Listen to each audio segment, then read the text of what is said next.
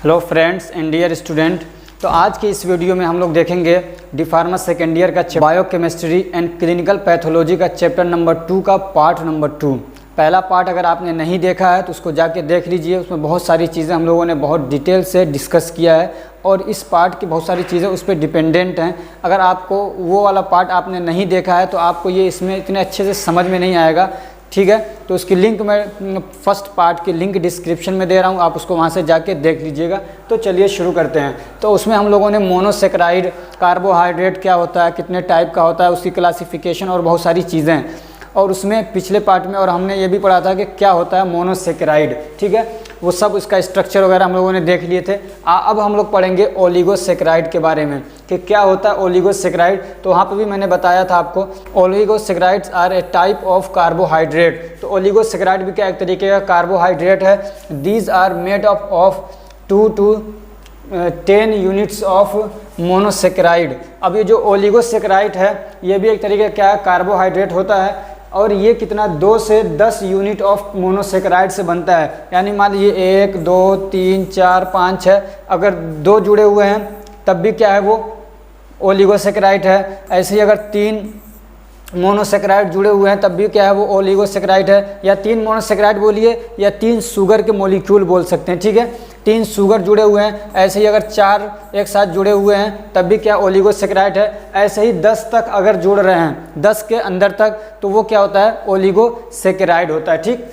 और it can be further classified, और इसको हम आगे और क्लासिफाई कर सकते हैं ओलिगोसेकेराइड को। जैसे कि आप अभी बताया मैंने कि अगर 2 जुड़ा हुआ है तो उसको बोलेंगे डाइसेकेराइड, 3 जुड़े हुए हैं तो उसको हम लोग क्या बोलेंगे ट्राइसेकेराइड, 4 जुड़े हुए हैं एक साथ में तो उसको हम लोग बोलेंगे टेट्रासेकेराइड, ठीक। अब आपके सिलेबस में पूछा है डाइसेकेराइड के बारे में, डिटेल से आपको थोड़ा पढ़ना है। तो डाइसेकेराइड क्या है, disaccharide saccharides are a type of carbohydrate. तो जो डाइसेकेराइड्स हैं वो भी क्या है, एक तरीके के कार्बोहाइड्रेट्स हैं, मेड अप ऑफ 2 मोनोसेकेराइड। ये किससे बने हैं, 2 मोनोसेकेराइड के जुड़ने से बने हैं। यानी 2 शुगर के मॉलिक्यूल जुड़ते हैं तब क्या बनता है तब क्या बनता है डाइसेकेराइड, ठीक है। 2 शुगर के मॉलिक्यूल जुड़ रहे हैं यानी 2 ग्लूकोज मान लीजिए जुड़ रहे हैं तो क्या बन जाएगा डाइसेकेराइड। या 2 मोनोसेकेराइड जुड़ रहे हैं तो क्या बनेगा disaccharide. And on hydrolysis it gives 1, ये यहाँ पे ई लगा लीजिए, ठीक है। It gives 1 molecule of glucose and 1 molecule of fructose. और ये कह रहे हैं कि अगर इसको हम वाटर के साथ हाइड्रोलाइसिस कराते हैं यानी वाटर के साथ रिएक्शन कराते हैं तो ये जब टूटता है तो 2 हमको मॉलिक्यूल मिलते हैं। एक किसका मिलेगा, एक मिलेगा आपको ग्लूकोज का और दूसरा मिलेगा किसका, फ्रक्टोज का, ठीक। अब डाइसेकेराइड के एग्जाम्पल्स जिनका स्ट्रक्चर भी आपको क्या है सीखना है, जो कि आपके सिलेबस में पूछ रखा है। तो एक क्या है माल्टोज, दूसरा लैक्टोज और तीसरा क्या है सुक्रोज। ये 3 एग्जाम्पल्स हैं इसके, और भी एग्जाम्पल हो सकते हैं लेकिन ये 3 एग्जाम्पल्स हैं इसके, और इनका आपको क्या करना है स्ट्रक्चर भी देखना है। तो चलिए अब हम लोग माल्टोज का स्ट्रक्चर देख लेते हैं।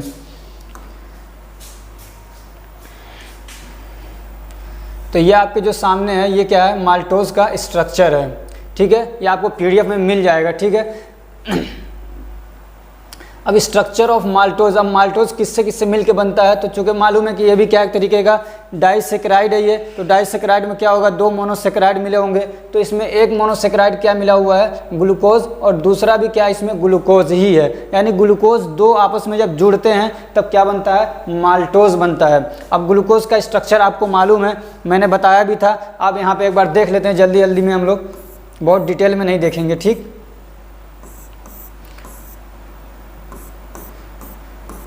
सॉरी यहाँ पे O आएगा, ठीक। HOH,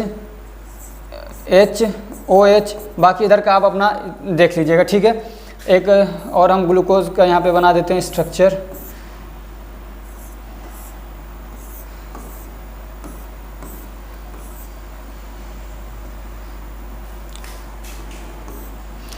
HOH, HOH, OH, HOH, ठीक है। और यहाँ पे अपना जो है कार्बन लगा देंगे आप, ठीक है। इस पर आपको जो मैंने आपको बताया था पूरा स्ट्रक्चर आपको याद होगा। यहाँ पे क्या आ जाएगा CH2OH, हमको अभी इस पर वो नहीं करना, ठीक है। अब इसको हम लोग कैसे ये जुड़ा हुआ है वो दिखाता हूँ। तो अब यहाँ पे भी क्या है, OH है और यहाँ पे भी OH है। जब ये दोनों आपस में जुड़ते हैं, जब लिंक बनाते हैं, इसको हम लोग बोलते हैं ग्लाइकोसाइडिक लिंक। क्या बोलते हैं, ग्लाइकोसाइडिक बॉन्ड या ग्लाइकोसाइडिक लिंकेज के थ्रू ये आपस में जुड़ेंगे, दो ग्लूकोज, ठीक है। तो कैसे जुड़ेंगे, जब ये इधर भी OH है इधर भी OH है, तो एक क्या होगा, H2O निकल जाएगा बाहर। H2O बाहर निकलेगा तो यहाँ पे क्या बचेगा, O। तो ये क्या होगा, O ऐसे इधर उधर दोनों जोड़ लीजिए, ठीक है। ये O के साथ इधर भी जुड़ेगा, O इधर से भी ये H के साथ जुड़ जाएगा, इधर भी इसके साथ क्या हो जाएगा, जुड़ जाएगा, ठीक। और यहाँ से क्या होगा, ये बाहर निकल जाएगा क्या, H2O। जैसे यहाँ पे भी दो H हैं तो दोनों H और एक O निकल जाएगा, ठीक है। दो H और ये H और एक O निकल जाएगा, एक O बचेगा। आप यहाँ से इसको चाहें तो डायरेक्टली ऐसे क्या करिए, जोड़ दीजिए। तो इसको हम लोग क्या बोलते हैं, ग्लाइकोसाइडिक बॉन्ड, ठीक है। ग्लाइकोसाइडिक बॉन्ड यहाँ पे बन गया, ठीक। अब आगे देखते हैं हम लोग। अब हम लोग देखेंगे स्ट्रक्चर किसका, स्ट्रक्चर ऑफ लैक्टोज। किसका, लैक्टोज का स्ट्रक्चर भी पूछा है। तो उसमें भी क्या करना है, आपको कुछ नहीं करना है, एक गैलेक्टोज लेंगे एक ग्लूकोज लेंगे, ठीक है। एक गैलेक्टोज और एक ग्लूकोज, जैसा कि आपने दो ग्लूकोज लिए थे। अब ग्लूकोज और गैलेक्टोज के स्ट्रक्चर में कोई फर्क नहीं होता, सिर्फ इस वाले पोजीशन में थोड़ा सा फर्क होता है, इधर कोई फर्क नहीं होता, ठीक है। इसका स्ट्रक्चर मैं बना के आपको दिखाता हूँ एक बार, ठीक है।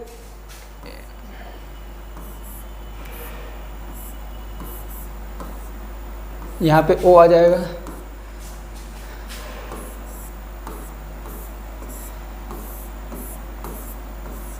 ये कार्बन नंबर 1, ये कार्बन नंबर 2 है, ठीक है। ये कार्बन 3, ये कार्बन नंबर 4 है। अब ये जो स्ट्रक्चर है ये आपका क्या है, ग्लूकोज का, ठीक है। ये क्या है, ग्लूकोज। तो HOH, ये अल्फा है तो HOH, फिर HOH, फिर OH, H, फिर यहाँ पे H आ जाएगा, फिर यहाँ पे क्या आ जाएगा, HOH। अब ये क्या है आपका गैलेक्टोज, ये क्या है, गैलेक्टोज। तो इसमें भी क्या होगा, HOH,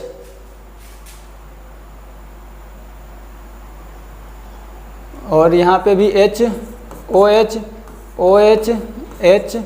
इसमें फ़र्क होता है, ठीक है। इसमें HOH आता है, इसमें OH और H आता है, ठीक है। और CH2OH आ जाएगा, यहाँ पे भी CH2OH। आपको ये स्ट्रक्चर पहले से याद होना चाहिए था, मैं पीछे कई बार सिखा चुका हूँ आपको, ठीक है। अब इसमें देखिए ये वाला आप देख रहे होंगे, इसमें उल्टा दिख रहा है थोड़ा, इस तरीके से क्यों बना है। तो पहले हम लोग ये सिंपल तरीके से, ये भी अल्फ़ा है और ये भी क्या है, अल्फ़ा ग्लूकोज है, ठीक है। ये भी अल्फ़ा ग्लूकोज और ये भी अल्फ़ा ग्लूकोज। तो जैसे अभी आपने देखा उस वाले में लैक्टोज क्या कहते हैं, माल्टोज में कैसे उसको हम लोगों ने जोड़ा था। तो सिर्फ क्या करना है, यहाँ पर भी OH है, यहाँ पर भी OH है, ठीक है। तो इसमें से H2O बाहर निकल जाएगा और यहाँ से आप इसको क्या है, O के साथ जोड़ देंगे। एक तरीका ये हो गया। दूसरा इसमें ऐसे भी हो सकता है,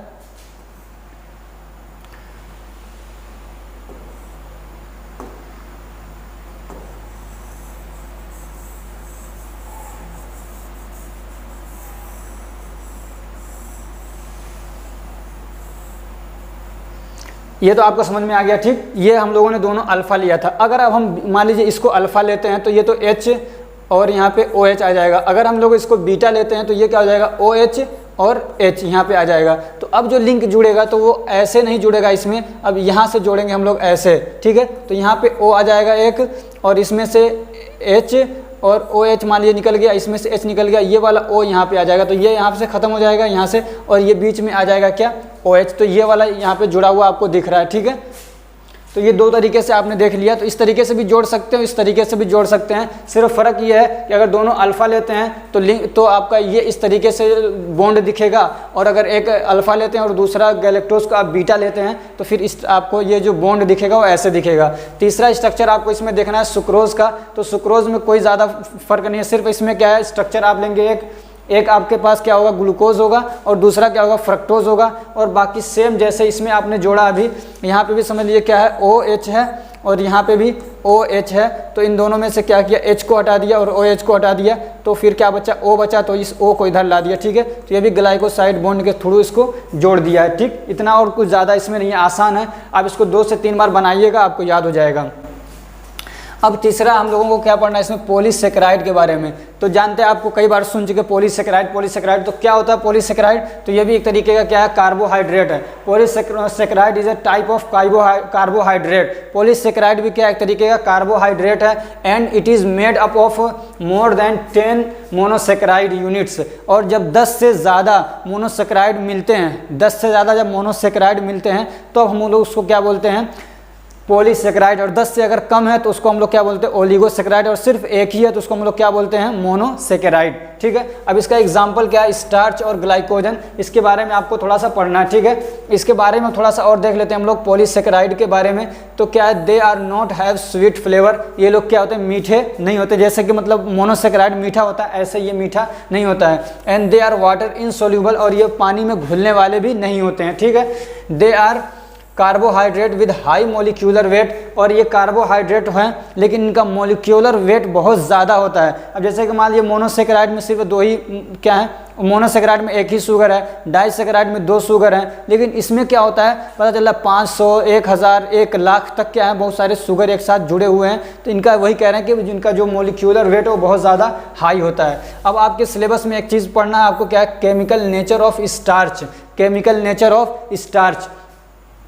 तो इसका केमिकल नेचर मतलब उसके अंदर क्या केमिस्ट्री चल रही है, उसका केमिकल किसके साथ रिएक्शन कर रहा है, कैसे वो बन रहा है नहीं बन रहा है, ये सारी चीज़ें होती हैं। ठीक है, कैसे स्टोर हो रहा नहीं हो रहा है। तो glucose is stored in plants in the form of starch.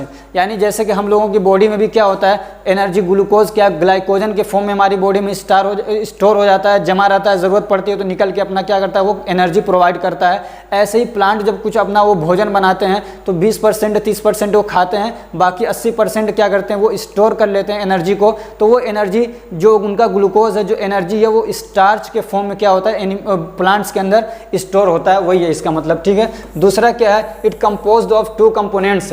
और जो स्टार्च है वो 2 चीज़ों से मिलकर बना है, एक क्या है अमाइलोज और दूसरा क्या है अमाइलोपेक्टिन। ये क्वेश्चन आप याद रखिएगा, हो सकता है 1 नंबर का क्वेश्चन इस टाइप से पूछ ले। ठीक है, कैसे पूछ सकता है, कि पूछ सकता है कि स्टार्च के किन 2 चीज़ों से, किन 2 कंपोनेंट से मिलकर बना है। ठीक, अब क्या देखते हैं, amylose. Amylose is made up of 250 to 300 glucose. अब जो अमाइलोज होता है, अमाइलोज ये क्या है, 250 से 300 तक ग्लूकोज के कॉम्बिनेशन से बनता है, यानी 200 से 250 ग्लूकोज क्या होते हैं, जुड़े रहते हैं। That are joint together by alpha 1,4 glycosidic bond. और ये कैसे जुड़ते हैं, अल्फा 1,4 ग्लाइकोसाइडिक बॉन्ड। अभी आपने ऊपर देखा कि कैसे माल्टोज में जो जुड़ रहा था वो भी क्या था, अल्फा 1,4 ही क्या था, ग्लाइकोसाइडिक बॉन्ड था। और इसमें भी ये भी कैसे जुड़ते हैं, मान लीजिए कि ये एक आपका ग्लूकोज हो गया, ठीक है, और दूसरा ये आपका ग्लूकोज हो गया। ठीक, अब इधर से हम लोग जोड़ते हैं कि कार्बन 1, ये कार्बन 1, कार्बन 2, ये कार्बन 3 और ये कार्बन 4 है। ये क्या है, कार्बन 4। ठीक, तो ये कह रहे हैं कि ये अल्फ़ा 1, अब ये अल्फ़ा 1 है ग्लूकोज का, मतलब कि ये है कि कार्बन 4 पे यहाँ पे क्या होगा, HOH, और यहाँ पे भी क्या होगा, HOH। अब एक कार्बन, एक क्या ग्लूकोज ये है और दूसरा ग्लूकोज ये है। तो ये कह रहे हैं कि ये कैसे जुड़ता है, अल्फ़ा 1,4। तो ये कार्बन नंबर 1 है तो यहाँ से जुड़ेगा, और इधर से कार्बन नंबर यहाँ से 1 2 3 4 कार्बन नंबर 4 है तो यहाँ से ये क्या होता है, जुड़ता है। ठीक है, और यहाँ पे OH दोनों साइड में है तो इसमें से क्या होता है, H2O क्या होता है, बाहर हो जाता है, सिर्फ O बचता है, तो आपस में क्या होता है, दोनों साइड से जुड़ जाता है। तो ये इसको हम लोग बोलते हैं क्या, बाई अल्फ़ा 1,4 ग्लाइकोसाइडिक बॉन्ड। समझ में आ गया, 2 ग्लूकोज के बीच में। ये ग्लूकोज का स्ट्रक्चर आपको मालूम है, हम लोग सिर्फ यहाँ पे कार्बन 1 और कार्बन 4 ले लीजिए। ठीक है, HOH यहाँ भी है, HOH यहाँ पे भी है। अल्फ़ा है तो यहाँ पे भी क्या होगा, H ऊपर होगा और OH नीचे होगा अल्फ़ा में। ठीक है, अगर बीटा होता तो यहाँ पे OH ऊपर चला जाता, H नीचे आ जाता, लेकिन यहाँ पे क्या कह रहे हैं कि किससे जुड़ता है ये, and that are joint together by alpha 1,4। ठीक है, तो ये अल्फ़ा हो गया। अल्फ़ा का मतलब मैं पीछे आपको बता चुका हूँ कि अगर कार्बन ये जो ग्लूकोज है इस पर अगर H ऊपर है OH नीचे है तो वो क्या होता है, अल्फ़ा अल्फ़ा क्या होता है, वो अल्फ़ा ग्लूकोज होता है। ठीक है, अगर H ऊपर है और OH नीचे है तो अल्फ़ा ग्लूकोज होता है। अगर इसी को OH ऊपर कर दें और H को नीचे कर दें तो वो क्या हो जाता है, बीटा ग्लूकोज। तो यहाँ पे अल्फ़ा है तो H यहाँ पे ऊपर रहेगा। ठीक है, और इसमें क्या, और दूसरा 4 तो ये कार्बन नंबर 4 पे जुड़ रहा है, और ये जो बॉन्ड है इसको हम लोग क्या बोलते हैं, ग्लाइकोसाइडिक या ग्लाइकोसिडिक बॉन्ड बोलते हैं। ठीक, अब अमाइलोज और क्या है, अमाइलोज आपको ये स्ट्रक्चर और स्ट्रक्चर याद नहीं रखना, सिर्फ आपको समझाने के लिए मैंने बता दिया है। ठीक है, आपको याद करने की ज़रूरत नहीं है, लेकिन आसान है, अगर चाहें तो आप एग्जाम्पल दे भी सकते हैं। Amylose chain are unbranched and coiled. अब इसके जो अमाइलोज के चैन होते हैं ये क्या होते हैं, अनब्रांच्ड होते हैं, यानी बहुत ज़्यादा इसमें क्या ब्रांचेज नहीं होते हैं। ठीक है, अमाइलोज में क्या इसका जो मतलब चैन होता है, स्ट्रेट चैन है या हमारी चैन है, तो वो क्या है बहुत ज़्यादा ब्रांच उसमें नहीं निकले रहते हैं, जैसे कि ग्लाइकोजन में क्या होता है बहुत ज़्यादा ब्रांच निकले रहते हैं। ठीक, और ये कॉइल्ड होते हैं। कॉइल्ड मतलब ये कि गोल गोल से रहते हैं, ऐसे कॉइल्ड मतलब गोल गोल से रहते हैं। ठीक, और क्या amylose are consist about 50 to 20%। अब स्टार्च के अंदर अमाइलोज कितना होता है, 15 से 20% होता है, और ये क्या होता है वाटर सोल्यूबल होता है। ठीक है, वाटर सोल्यूबल होता है। जो अमाइलोज होता है ये क्या होता है वाटर सोल्यूबल होता है, और अमाइलोपेक्टिन जो होता है वाटर इनसोल्यूबल होता है। तो वो 80% होता है, और ये क्या होता है 15 से 20% होता है ये, और 80 से 85% कौन होता है, अमाइलोपेक्टिन। किसमें, स्टार्च के अंदर अमाइलोज कितना होता है 15 से 20% होता है, और अमाइलोपेक्टिन कितना होता है 80 से 85% होता है किसके अंदर, स्टार्च के अंदर। अब अमाइलोपेक्टिन आप क्या होता है अभी देख लीजिए, amylopectin is a glucose polymer. तो जैसे कि आपने देखा अमाइलोज क्या है, वो भी एक तरीके का ग्लूकोज के जुड़ के बनता है, तो ये भी क्या ग्लूकोज का पॉलीमर, यानी बहुत सारे क्या ग्लूकोज जुड़े रहते हैं इसमें भी। और कैसे जुड़े रहते हैं, अल्फा 1,4 ग्लाइकोसाइडिक लिंकेज के थ्रू। अभी मैंने बताया कि अल्फा 1,4 क्या होता है, तो उसी लिंक के थ्रू ये सब जुड़े रहते हैं और चैन इनका बनता है। Side chain with about 12 glucose are linked to the main chain with alpha 1,6 glycosidic linkage. ठीक है, और ये कह रहे हैं कि इसमें जो साइड चैन होता है, मान लीजिए एक ये चैन सीधा जा रहा है, फिर इसी में कहीं ब्रांच निकल गया, तो यही ब्रांच जो निकल रहा है तो इसका भी फिर यहाँ पे कई सारे ये जुड़ रहे हैं, तो उसी की बात हो रही है। समझ में आ रहा है, जैसे कि देखिए ये साइड चैन है, फिर यहाँ से ब्रांच निकला इधर, तो उसी की बात चल रही है। ये क्या है, साइड चैन है ये। ठीक है, ये क्या है, साइड चैन है, और ये अपना मेन चैन है। तो ये कह रहे हैं side chain with about 12 glucose are linked to the main chain. अब ये कह रहे हैं कि जो ये मेन चैन है, इससे जो इधर साइड चैन निकला, तो इसमें कितने होते हैं 1 2 3 4 5 6 7 8 12 ग्लूकोज क्या होते हैं ऐसे जुड़े रहते हैं इधर। ठीक है, कितने 12 ग्लूकोज क्या होते हैं जुड़े रहते हैं मेन चैन से, और इसमें जो बॉन्ड होता है वो 1,6 ग्लाइकोसाइडिक बॉन्ड होता है, 1,6 ग्लाइकोसाइडिक बॉन्ड होता है। तो अल्फा 1 ग्लाइकोसाइडिक लिंकेज का मतलब क्या है कि जैसे आप ये देख पा रहे होंगे, ये क्या है मेन चैन है, ये क्या है, ये इसमें बहुत सारे ग्लूकोज क्या है जुड़े हुए लाइन से। ठीक है, तो अब आपको याद होता मालूम होगा कि ये कार्बन 1 होता है, कार्बन 2, कार्बन 3, कार्बन 4, कार्बन 5, और ये क्या होता है यहाँ पे CH2OH होता है, CH2OH होता है, ये कार्बन 6 होता है। मैं आपको ये सब पहले पार्ट में बता चुका हूँ। तो ये कार्बन 6 यहाँ पे है। अब दूसरा एक यहाँ से जुड़ रहा है, तो इसका ये क्या है कार्बन 1 है, यहाँ पे क्या है इसका कार्बन, यहाँ पे कार्बन 1 इसका। ठीक है, और यहाँ पे क्या है कार्बन 6 है, और यहाँ पे क्या है CH2OH है, और यहाँ पे क्या है H, और नीचे क्या है यहाँ पे OH। ठीक, अब ये इसके साथ जुड़ेगा, तो इसका OH है और इसका भी OH है, तो इसमें से क्या होगा H2OH बाहर निकल जाएगा, क्या H2OH बाहर निकल जाएगा। अब एक O बच गया, तो एक O के थ्रू ये क्या कर लेते हैं अपना बॉन्ड बना लेते हैं। तो यहाँ पे ये क्या है अल्फ़ा, ये कार्बन 1 है। ठीक है, और अल्फ़ा है, अल्फ़ा आप समझ चुके हैं, तो ये कार्बन 1 और ये कार्बन 6, वही है कि 1,6 ग्लाइकोसाइडिक बॉन्ड। तो ये कार्बन 1 और कार्बन 6 के बीच में जब ये बन रहा है बॉन्ड, तो ये क्या है ग्लाइकोसाइडिक बॉन्ड है, और अल्फ़ा 1,6 है। ठीक है, अब आपको देखना है केमिकल नेचर ऑफ ग्लाइकोजन। आपने 2 एग्जाम्पल देखे थे ना, किसके, पॉलीसेकेराइड के, एक क्या देखा था स्टार्च और दूसरा ग्लाइकोजन। तो अब ग्लाइकोजन के बारे में थोड़ा देख लीजिए। तो glucose is stored in form of glycogen in animals.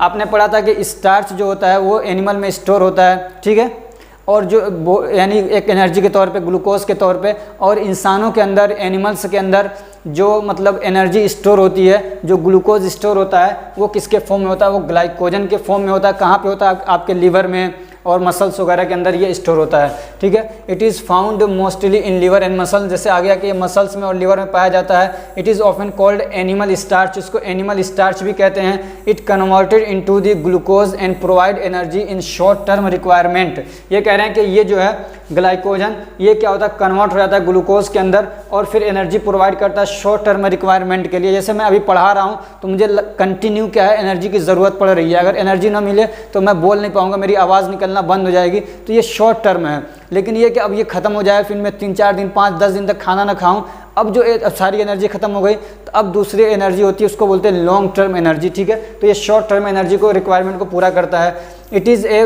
Polymer which is highly branched, और ये ग्लाइकोजन भी क्या एक तरीके का पॉलीमर है, यानी बहुत सारे इसमें भी जुड़े रहते हैं, ठीक है, ग्लूकोज, ठीक है। तो ये पॉलीमर है, ठीक।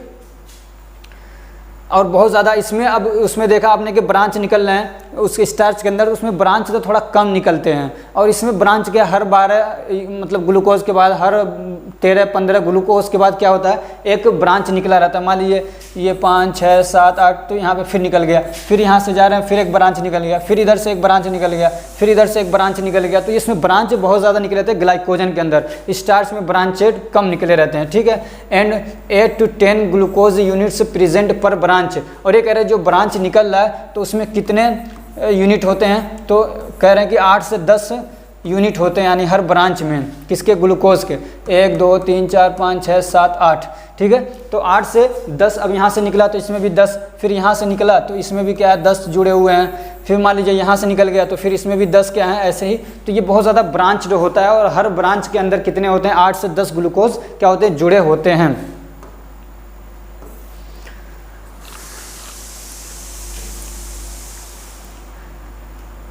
The chain of glycogen are joint together by alpha 1,4 glycosidic link, ठीक है। और ये कैसे जुड़े रहते हैं, जो ग्लूकोज इसके अंदर होते हैं तो वो अल्फा 1 और 4 के साथ में जो मेन चेन होता है उसके जो मतलब जो ग्लूकोज हैं, यानी जो मेन चेन है उसके जो ग्लूकोज हैं वो किस बॉन्ड के थ्रू जुड़े रहते हैं, तो 1,4 जो आप पीछे भी देख चुके हैं, ठीक है। And the branch are joint to the main chain by 1 alpha 1,6 glycosidic bond, ये भी आप देख चुके हैं अल्फा 1,6 ग्लाइकोसाइडिक बॉन्ड। तो जो ब्रांच निकल रहे हैं तो वो क्या है, एक तो मान लीजिए ये ऐसे जो स्ट्रेट चेन में ये जुड़ रहे हैं, ठीक है, ये जो जुड़ रहे हैं तो इसमें 1,4 का क्या होता है ग्लाइकोसाइडिक बॉन्ड होता है। और जो यहाँ से निकल रहे हैं, मान लीजिए यहाँ से निकल रहे हैं, यहाँ से जाके इधर निकल गए, तो ये जो निकल रहे हैं इधर उधर ब्रांच हो रहे हैं, तो इसमें जो बॉन्ड बनता है वो 1,6 ग्लाइकोसाइडिक बॉन्ड बनता है। यानी कि मान लीजिए एक ग्लूकोज है उसका जो होगा अल्फा 1 कार्बन से निकलेगा, और दूसरा जो होगा यहाँ से जो मेन चेन से निकल रहा है इसका कार्बन 6 से निकलेगा, ठीक है। ये जुड़ते हैं। अब क्या है, the structure of glycogen is similar to the amylopectin. अब जो स्ट्रक्चर है ग्लाइकोजन का वो भी क्या है, अमाइलोपेक्टिन के ही एकदम जैसा है, उसी के जैसा है, but it is more highly branched. लेकिन इसमें फ़र्क अमाइलोपेक्टिन में और ग्लाइकोजन में सिर्फ इतना फ़र्क होता है कि वो कम ब्रांच्ड होता है और ये बहुत ज़्यादा ब्रांच्ड इसमें निकले रहते हैं, ठीक। अब एक चीज़ आपको पढ़ना है, reducing and non reducing sugar. हालांकि आपके सिलेबस में इसको अलग से पूछा नहीं है, लेकिन क्लासिफिकेशन में आपने देखा था रेड्यूसिंग और नॉन रेड्यूसिंग शुगर के बारे में, ठीक है। रिएक्टिविटी के बेस पे जो क्लासिफिकेशन किया था हमने, तो आप उसको हमने कहा था आगे बताएंगे, तो देख लीजिए। तो रेड्यूसिंग शुगर क्या होते हैं, all those carbohydrates which have a free aldehyde और ketonic group and reduce Fehling's solution and Tollens reagent are called reducing sugar. ये कह रहे हैं कि वो तमाम कार्बोहाइड्रेट्स, अब उसमें मान लीजिए जैसे कि उसमें आ जाएगा आपका डाइसेक्राइड, मोनोसेक्राइड, ट्राइसेक्राइड, तो ये सब क्या हो जाएंगे, रेड्यूसिंग शुगर में आ जाए। तो ये कह रहे हैं कि वो तमाम कार्बोहाइड्रेट जिसके पास फ्री अल्डिहाइड और कीटोनिक ग्रुप होता है, ठीक है। अब जो मोनोसेक्राइड है, ऐसा ही ट्राइसेक्राइड है, ऐसा ही डाइसेक्राइड है, तो इनके अंदर क्या होता है, फ्री एल्डिहाइड और कीटोनिक ग्रुप इनके पास में होते हैं, ठीक है। अब ये होता है क्या, एक होता है फेलिंग्स सॉल्यूशन, ऐसे ही टोलेंस रिएजेंट। तो ये क्या एक तरीके के केमिकल हैं, ये कुछ और नहीं है, ये क्या है एक तरीके के, ये फेलिंग्स इन्होंने इसको बनाया तो उनके नाम पे रख दिया कि फेलिंग्स सॉल्यूशन। ऐसे ही टोलेन ने एक रिएजेंट बनाया, एक सॉल्यूशन बनाया तो उसका नाम रख दिया टोलेंस रिएजेंट, ठीक है। तो ये लोग क्या करते हैं, इनके साथ जब मिलते हैं तो वहाँ पर रेड्यूसिंग का फंक्शन शो करते हैं। क्या करते हैं, रेड्यूसिंग का फंक्शन शो करते हैं ये लोग, अब इसका एग्जांपल क्या है, जैसे कि ग्लूकोज है, तो ग्लूकोज क्या है, एक रेड्यूसिंग शुगर है, यानी जब ग्लूकोज को इस वाले में हम लोग डालेंगे तो वहाँ पे रेड्यूसिंग का क्या करेगा, वो काम करेगा। अब रेड्यूसिंग का काम कैसे करेगा अभी आगे आप देखने वाले हैं एग्जाम्पल में, ठीक है। तो आप ये समझिए कि अल्डिहाइड और कीटोनिक ग्रुप मैं पीछे बता भी चुका हूँ, तो ये वाले ग्रुप अगर रहते हैं तब वो क्या, वो समझ लीजिए क्या है, वो शुगर जो है वो रेड्यूसिंग शुगर है। और नॉन रेड्यूसिंग शुगर क्या होता है, तो जिसके पास अल्डिहाइड और कीटोनिक ग्रुप नहीं होते हैं तो वो क्या होता है, नॉन रेड्यूसिंग शुगर होता है, जैसे सुक्रोज। आप इसको ऐसे याद कर सकते हैं, जितने मोनोसेक्राइड हैं, जितने डाइसेक्राइड हैं, ठीक है, और ट्राइसेक्राइड हैं, ये सब क्या होते हैं, मोनोसेक्राइड, डाइसेक्राइड, ट्राइसेक्राइड, ये सब क्या होते हैं, वो होते हैं रेड्यूसिंग शुगर, एक्सेप्ट क्या है, सुक्रोज के। सुक्रोज भी क्या आता है, इन्हीं में आता है, लेकिन वो क्या होता है, वो सुक्रोज क्या होता है, वो नॉन रेड्यूसिंग शुगर है। सुक्रोज क्या है, रेड्यूसिंग शुगर नहीं है। और जितना पॉलीसेक्राइड हैं, जितना पॉलीसेक्राइड हैं वो सब क्या है, नॉन रेड्यूसिंग शुगर होते हैं। जितने पॉलीसेक्राइड हैं वो सब क्या होते हैं, नॉन रेड्यूसिंग शुगर होते हैं। जैसे उसका एग्जांपल स्टार्च हो गया, ग्लाइकोजन हो गया, सेलुलोज हो गया, तो ये सब क्या है, नॉन रेड्यूसिंग शुगर होते हैं, ठीक है। अब आपको एक चीज़ पढ़ना है, केमिकल प्रॉपर्टीज़ ऑफ कार्बोहाइड्रेट। आपको ये पहले पढ़ना था लेकिन वहाँ पे समझ में नहीं आता अच्छे से, इसलिए मैं इसको बाद में ले आया हूँ। ये आपका लेकिन सिलेबस में पहले दिया है, तो ठीक हम लोग देख लेते हैं केमिकल प्रॉपर्टीज़ ऑफ क्या, कार्बोहाइड्रेट। तो क्या, when carbohydrate are heated with strong sulphuric acid burn with a characteristic sugar smell. ये कह रहे हैं जब हम कार्बोहाइड्रेट को, इसमें क्या होता है केमिकल प्रॉपर्टीज़ में, ये कि किसी केमिकल के साथ मिलाएं तो क्या रिएक्शन होगा, उसको जलाएं तो क्या रिएक्शन होगा, गर्म करें तो क्या होगा, ये सारी चीज़ें केमिकल प्रॉपर्टीज़ में आती हैं और कुछ नहीं आता है। तो ये कह रहे हैं कार्बोहाइड्रेट को अगर हम लोग जलाते हैं स्ट्रॉन्ग सल्फ्यूरिक एसिड के साथ, तो एक उसमें से एक स्मेल आती है शुगर के जैसी, कैसी, एक शुगर वाली स्मेल आती है, और उसकी कैरेक्टरिस्टिक होती है, यानी उससे कोई दूसरी स्मेल मिलती हुई नहीं होती है, ठीक। दूसरा क्या है कि रेड्यूसिंग, दूसरा इसका प्रॉपर्टी क्या है, एक प्रॉपर्टी ये हो गया। दूसरा प्रॉपर्टी क्या, रेड्यूसिंग का काम करता है ये। आप रेड्यूसिंग शुगर के बारे में पढ़ चुके हैं, ठीक है। तो monosaccharides which have free aldehyde और कीटोन, ठीक, और ketone group reduce the Fehling's और बेनेडिक्ट्स रिएजेंट। अब मोनोसेक्राइड जो होते हैं उसमें कई सारे मोनोसेक्राइड हैं, ठीक है, जैसे कि आपने देखा एग्जांपल उसका ग्लूकोज हो गया, गैलेक्टोज हो गया, फ्रक्टोज हो गया, तो उनके पास क्या होता है, फ्री एल्डिहाइड ग्रुप होता है और कीटोन होता है। और ये समझ लो केमिकल प्रॉपर्टीज जो आप कार्बोहाइड्रेट पढ़ रहे हैं, ये समझिए आप खास तौर से ग्लूकोज के बारे में पढ़ रहे हैं, ठीक है। किसके बारे में पढ़ रहे हैं, ग्लूकोज के बारे में। तो ये लोग क्या करते हैं, फेलिंग्स का, मान लीजिए ये फेलिंग्स का सॉल्यूशन है, ठीक है, फेलिंग्स ने बना दिया एक सॉल्यूशन, तो उनके नाम पे रख दिया सॉल्यूशंस होता है। उसको ये क्या करता है, जो मोनोसेक्राइड के जो ये एल्डिहाइड ग्रुप के साथ जब इसको रिएक्शन कराते हैं हम लोग, तो क्यूपरिक आयन को ये क्या करता है, रेड्यूस कर देता है। रेड्यूसिंग है तो इसको हटा देता है, तो फिर क्या मिलता है हमको, क्यूपरस ऑक्साइड मिलता है, ठीक है। अब ये जो होता है वो ब्लू कलर का होता है। जब ये यहाँ पे रिएक्शन करता है अपना और रेड्यूसिंग का काम करता है, तो फिर क्या होता है, रेडिश ब्राउन कलर मिल जाता है। वहाँ पे रेडिश ब्राउन कलर अगर आता है तो ये समझ लीजिए कि इसके अंदर क्या है, रेड्यूसिंग शुगर प्रेजेंट है, ठीक। अब एक चीज़ क्या है, ऑक्सीडेशन, एक प्रॉपर्टी क्या है इसकी, ऑक्सीडेशन की। Oxidation of an aldose with bromine water convert the aldehyde group to a carboxylic group, carboxyl group, ठीक है। अब ये क्या कह रहे हैं कि जो इसका ऑक्सीडेशन प्रॉपर्टी है उसमें क्या होता है कि एल्डोज जो होता है, एल्डोज एल्डोज विद ब्रोमाइन, मान लीजिए कोई एल्डोज है यानी एल्डिहाइड ग्रुप के साथ में कोई ग्लूकोज है, ये क्या आपका ग्लूकोज है, ये एल्डोज है, ठीक है, यानी एल्डिहाइड ग्रुप इसके साथ में मिला हुआ है, तो ये एल्डोज का आपका एक वो हो गया, ठीक है। इसको कह रहे हैं जब ब्रोमाइन वाटर के साथ में हम रिएक्शन कराते हैं तो ये ब्रोमाइन वाटर हो गया, ये आपका ग्लूकोज है, एल्डोज, ठीक है, ये एल्डोज है, एल्डिहाइड ग्रुप लगा हुआ तो एल्डोज है। इसको जब ब्रोमाइन वाटर के साथ हम लोग रिएक्शन कराते हैं तो क्या करता है, ये convert the aldehyde group to a carboxyl group, तो ये क्या करता है, इसको कन्वर्ट कर देता है किसमें, एल्डिहाइड ग्रुप को किसमें, कार्बोक्सिल ग्रुप के अंदर, इसको क्या करता है, बदल देता है। तो जब उसको बदलता है तो फिर ये क्या होता है, पूरा स्ट्रक्चर ही बदल जाता है। फिर ये क्या हो जाता है, अब ये ग्लूकोज था, अब ये क्या होता है, ग्लूकोनिक एसिड बन जाता है। तो ये तीन प्रॉपर्टी आप इसके याद रखिए, ठीक है। आप अगर इस एक्सप्लेन नहीं करते, सिर्फ आप इतना ही लिख देते हैं कि ये रेड्यूसिंग एजेंट होता है और क्या होता है, ये ऑक्सीडेशन करता है, तो आप तब भी आपका काम चल जाएगा। अब एक टॉपिक था इसमें क्वालिटेटिव टेस्ट, तो क्वालिटेटिव टेस्ट बहुत ज़्यादा हैं, 8-10 हैं, लेकिन हम लोग सिर्फ 1-2 देखेंगे इसमें। क्वालिटेटिव टेस्ट क्या होते हैं, the qualitative test are performed for identification of carbohydrate यानी कार्बोहाइड्रेट के जो क्वालिटेटिव टेस्ट हैं, और भी बहुत सारे चीज़ें हैं, अलग अलग क्वालिटेटिव टेस्ट होते हैं, तो इसका जो क्वालिटेटिव टेस्ट है तो वो किस लिए यूज़ होता है, तो वो कार्बोहाइड्रेट के प्रेजेंस को या उसकी कितनी मात्रा है उसको चेक करने के लिए यूज़ होता है। तो एक क्या है, फेलिंग्स सॉल्यूशन है, अभी आपने पढ़ा उसमें। तो इसमें क्या होता है, in this test 1 to 2 ml of each the Fehling's solution A and B, इसका 2 है, ये फेलिंग्स ने 2 सॉल्यूशन बनाए हैं, ए और बी, तो इनमें से दोनों में से 1 से 2 ml क्या करते हैं हम लोग सॉल्यूशन लेते हैं, and added to few drops of test solution, और जिसका आपको चेक करना वो होता है टेस्ट सॉल्यूशन। तो आप जिसके बारे में चेक करना, मान लीजिए कोई सॉल्यूशन है उसके बारे में चेक करना चाह रहे हैं कि इसके अंदर क्या है, कार्बोहाइड्रेट है या नहीं है, या रेड्यूसिंग शुगर है या नहीं है, तो फिर उसमें क्या करते हैं, उसका हम लोग कुछ ड्रॉप लेते हैं और उसमें क्या करते हैं 1 से 2 ml ये इनमें से फेलिंग सॉल्यूशन मिला देते हैं, और क्या करते हैं उसको बॉइल्ड करते हैं कुछ मिनट के लिए। बॉइल्ड किस पे करेंगे, वाटर बाथ आता है उस पर हम लोग क्या करते हैं उसको बॉइल्ड करते हैं। अगर उसके अंदर वो होगा कार्बोहाइड्रेट मौजूद होता है तो क्या होगा, a yellowish red colour, yellowish red colour यानी रेड और येलो मिला हुआ कलर आपको क्या होगा, अपीयर होगा, that confirm the presence of reducing sugar. तो जो ये बताएगा कि इसके अंदर रेड्यूसिंग शुगर है यानी कार्बोहाइड्रेट इसके अंदर मौजूद है।